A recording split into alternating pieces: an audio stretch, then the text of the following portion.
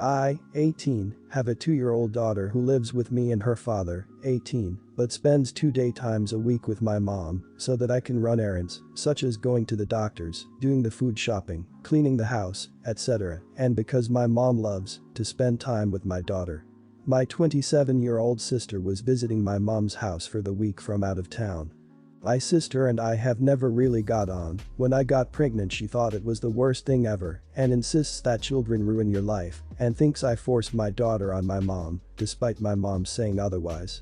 So, when I went to drop my daughter off with my mother at around 11 a.m. like usual, I was shocked to find my sister there alone. I asked her where my mom was and she said my mother had gone to the shop and would be home within a few minutes. My sister has always been very dismissive of me, she hates talking to me and will do anything to shorten the conversation, which is why I think this happened. I huffed because I was catching the bus into town to go to the doctors and it left in a few minutes. My sister rolled her eyes. I asked her if there's any way she would have my daughter for a few minutes just until mom came back. She had just woken up from a nap, she always sleeps in her stroller, so she would be happy to just sit on the sofa and watch TV until mom came back. My sister said absolutely not, I hate children and I don't feel comfortable being alone with her. Now, I completely understood this, and I think she was very clear in saying she didn't want to. I called mom on the doorstep and she said she was just leaving the store now, so she would be max 5 minutes. My sister rolled her eyes and said fine, I'll take her, and she took the baby out of the stroller. I was in a rush and thought my sister would be able to cope for 5 minutes. I didn't even think it would be a matter of coping, because it was such a short amount of time and the kid was tired. So I left and went for the bus. Literally, 5 minutes later I get a call from my mom that they're taking my kid to the emergency room because she cracked her head open on the living room table. Apparently, my sister had left a room for a couple minutes and my daughter wondered where she was going as she is never alone, so she tried to get off the sofa to follow her and she slipped and whacked her head. I am absolutely raging at my sister. I don't get how she could be so freaking stupid to leave a kid alone.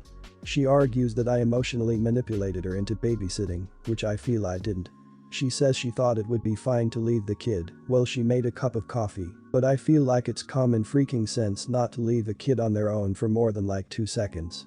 Am I the idiot? My sister said absolutely not, I hate children and I don't feel comfortable being alone with her. This makes you are the idiot 100%, before the accident and after. I see you and others calling your sister stupid and other replies. I disagree. You know what's stupid? Leaving your child with someone who literally says they don't want to be responsible for her. You forced your sister into taking responsibility so you could catch your bus. Plan better, you created this problem. Your mother messed up for not being there when you arrived as well. You are the idiot. There seems to be a lot of bitterness and resentment in your post towards your sister. At the end of the day, you both have to live with personal choices. She told you flat out she didn't want to have anything to do with your child. You gave no real instruction and jetted on out. She isn't used to kids or instincts about kids or nuances about kids, so it's hard to blame her for not realizing that you really can't leave a 2-year-old alone for even a minute. I'm going back and forth between you being the idiot and everyone screws here. But I'm a big believer in personal responsibility, so I have to say you are the idiot. You did manipulate your sister into watching the child. She declined clearly, and you didn't take no for an answer. Why do you think you have the right to be pissed off at her for the accident? She clearly doesn't have a clue about taking care of toddlers, she told you she was uncomfortable doing so, and you left the kid with her anyway. My family and I hosted an exchange student from Prague a couple of years ago. Last fall, his family offered for us to visit and stay in their flat in Prague. I researched airfares and asked my 2 kids if they would be willing to pay $1,000 each to cover their airfare. At first, they declined but subsequently agreed. They are 16, twins, and have summer jobs. They each already had enough in savings to cover the cost. We are a middle-class family, maybe more towards lower middle class. My wife has a disability, so we are a single-income family. We travel for vacations occasionally, and I have never asked my kids to contribute to a vacation before. The airfare turned out to be $775 each. When I let my kids know this, I was surprised that my daughter was nearly in tears. Her recollection was that I had told her the airfare was $375. This is the cost for the return airfare. I don't know where the miscommunication came in. She is very fastidious with her money and this extra cost really upset her. I explained that the original amount I told them was $1,000 and that this was a deal. I told her that she would have to pay the $775 or that she could not go. If I offered her a reduced fare, I would have to do the same for her brother. The trip would then cost me an extra $800. My wife says that I am the idiot because parents shouldn't charge their kids to go on vacation. A couple of her friends went to Europe with their families when they were teenagers and they didn't have to contribute financially. I feel that we wouldn't get to go otherwise and that most kids don't get to travel to Europe. What do you think? You are the idiot for making children pay for a holiday. I get that they have dinner jobs, but those are usually considered to be for their own fun, shopping, video games, etc., for something they consider essential, or, and this is important, college savings. I doubt that you're paying for college given that you won't even take your own family on holiday, so what do you expect your children to do about that? It's hard for a teenager to save $1,000, let alone the cost of an entire education. Your scheme here will see them both back where they started at the beginning of their savings. You're the idiot. Your kids are minors. You're expecting too much from them at their age, and it kind of seems a bit greedy for you to want them to spend their savings or be left out. You should be proud of them for being able to save like that and encourage them to keep it for something important, like a car or college. Being left out of a family vacation would have been terribly hurtful and upsetting to me at that age, and I would have felt pressure to do it, even if I didn't want to. You're the idiot. My parents took my 16-year-old sister and I to America from Aus last year, and never did they ask us to put in money for airfares or ACAM. My parents are lower middle class and had to save for 2 years and borrow some to afford to take us. My sister has a job and has $1,000, but she is also in school and paying for her own things apart from food and bills. We were only asked to provide our own spending money, as this was something we decide how little or much to spend. I need judgment. I really want to know if I would be the idiot if I cut contact with family. I feel guilty about even wanting to shun my family and I think it will hurt my dad. But this has been going on for years and years, and I don't want to try anymore. But I think my reaction could be unreasonable. So would I be the idiot in this situation? My brother and stepbrother are good friends and had their sons at the same time. My son is 3 years older than my nephews, my daughter is 5 years older. My nephews spend a lot of time together and never included my son. I understand this dynamic, given the ages and the friendship. I have peace with this. What hurts me though, is my brother, stepbrother, their wives, and their sons get together with my dad and stepmom all the time and almost never include us. Some examples, my stepbrother has a cabin and they all go and have holidays together. We've never once been invited. They do special Christmas outings together and don't invite us. And the most recent exclusion was my stepsister was visiting from out of town and they had a party, invited everyone, including their extended families, but didn't invite us. 2 years ago, I tried to talk to my dad about it, asking why we are not included in big group events. My dad didn't really know what to say and then went and shared our conversation with my stepmom, who shared it with her son, etc., etc. Everyone knew. There was a big conflict. My sister-in-law blocked me on social media. It was a mess. And it was never resolved. Nothing changed either. Since that conflict, I've had a great deal of anxiety whenever I feel required to attend an event. In fact, since then, my husband refuses to go. His point is even when we are invited, they sit around and talk amongst themselves, ignoring us, so why bother? Would I be the idiot if I refuse to go with my children to the few events we are actually invited to? The next family gathering is mid-August and we've been invited. I'm already full of dread. Or should I just pull up my big girl panties and soldier on? I know it'll hurt my dad if we don't attend. Not the idiot. Listen, I am going through this exact same thing. If it causes you so much anxiety and dread, then don't do it. I have wrestled with the same thoughts with my father for the last year after more than 20 years of drama and crap. Sometimes you will never have the relationship you want with family, and it's not fair to you and your little family to put yourself through it. Sometimes, even though it hurts like hell, you gotta let them go. Maybe try and do things with just your dad and none of the steps. Good luck, my friend. Not the idiot. You say your dad will be hurt if you don't attend, but he plainly doesn't care that he's hurting you. Instead, when you let him know, he couldn't justify himself and decided to blab about it, which made the situation even worse. And I'm guessing he didn't have the spine to own up to that either. I think you should skip the August gathering. If your dad really misses you, then maybe he'll finally make a damn effort once you've made plain you're no longer accepting your family's excluding you. Not the idiot. You shouldn't be worried about your dad being hurt, you sound be worrying why your dad hasn't been including you and your family. That is just cruel and spiteful. He should be standing to for you. Drop the rope with him. I know you are hurt and upset, but you need to stop jazzing people who don't want to spend time with you. If your dad wants to see you, he can come to you. Don't bother with any family events in the future. In fact, when there is one on, go and have a lovely day with your family. My across the street neighbors, like directly across the street, straight view down, have a dog, we don't. My kids, 15 and 13, love it and go over to play with it occasionally. My daughter also watches the neighbors' kids occasionally. When the neighbors had their last dog, my kids would watch him, take him for walks, etc. while they were on vacation. Then that one passed, and they got a new dog. This time, they were having someone else walk the dog, but asked our kids to come by and feed her and collect their mail.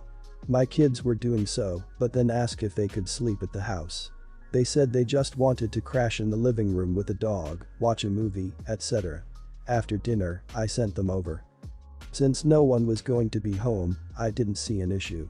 I told them to leave everything as they found it, not to go through people's things, etc.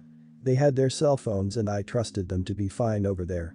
I think they just wanted to feel grown up for a night. About 2 hours after they went over there, I got a text from my neighbor. Our kids' names still at the house. Yeah, why? We have a Nest camera set up. You guys have a TV at home, don't you? We do. They were just hanging out there. Are they doing something wrong? They're just watching a movie, but they're there to feed the dog and collect the mail. That's it. We're not asking them to house it. Please get them to leave. So, I texted my kids to come home, saying that they had to come home. They did straight away. I explained what the neighbor said and they understood. When the neighbor came home, they collected the key and told the kids not to do that again. In private, they told me I shouldn't have allowed that. I apologized, but they seemed really pissed that I allowed it. Was I being an idiot here? You're the idiot. What the hell?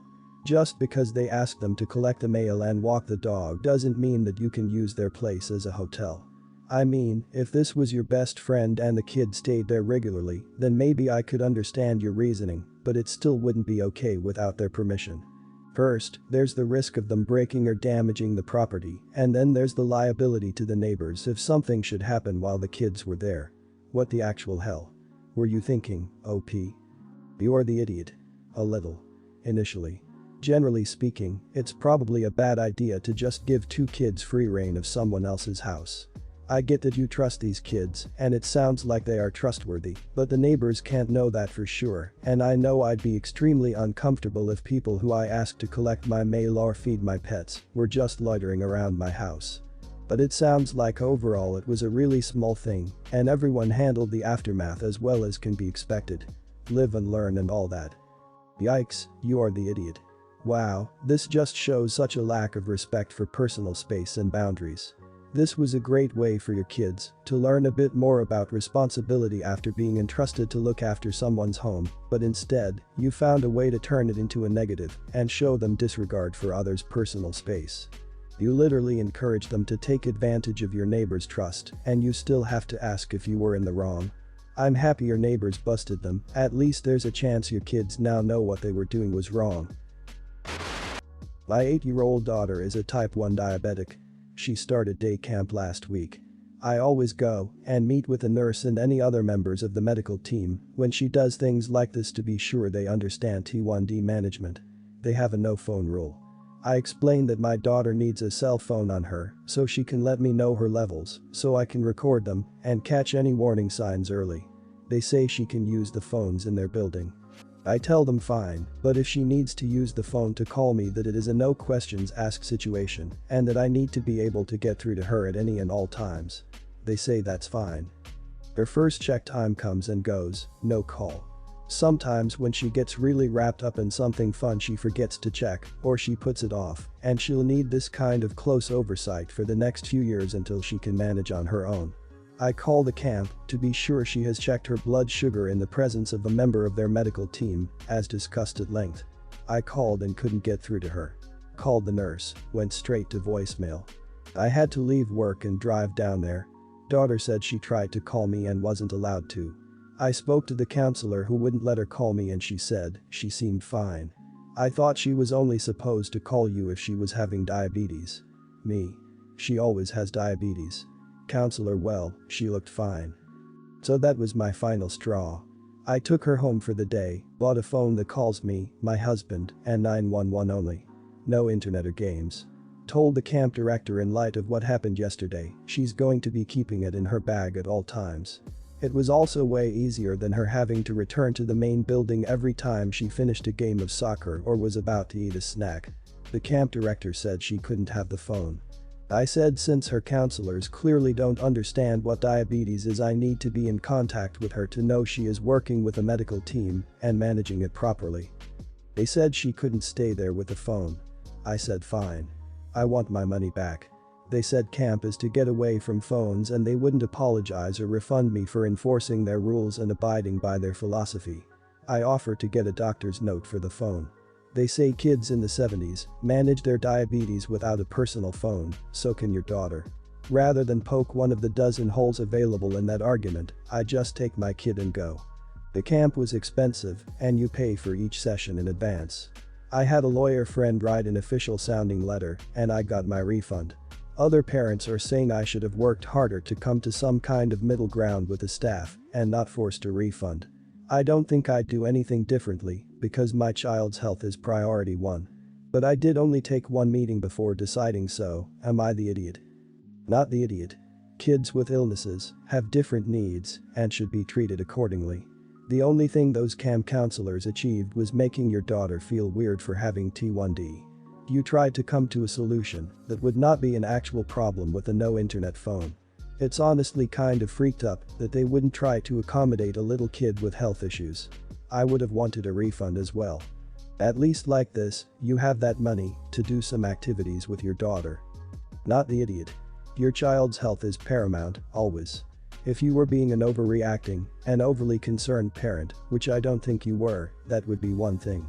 Diabetes in an 8-year-old is different. There were a lot of things they didn't have in the 70s, like seatbelts, defibrillators, and LASIK surgery. Guess what? We progressed, and now we include the new technology in our daily lives. They're ridiculous for not updating their rules to accommodate something as serious as your concerns about your child's serious medical issue. Not the idiot. I'm a nurse with experience in peds and diabetics, you absolutely did the right thing. These camp officials obviously have no understanding of diabetes and should not be in charge of children with this lack of caring and understanding. She looked fine is a bullcrap argument from bullcrap people. You did attempt to find the middle ground and they are the ones in the wrong. You love your daughter very much and she is living with a difficult circumstance. You're doing an amazing job. Keep it up.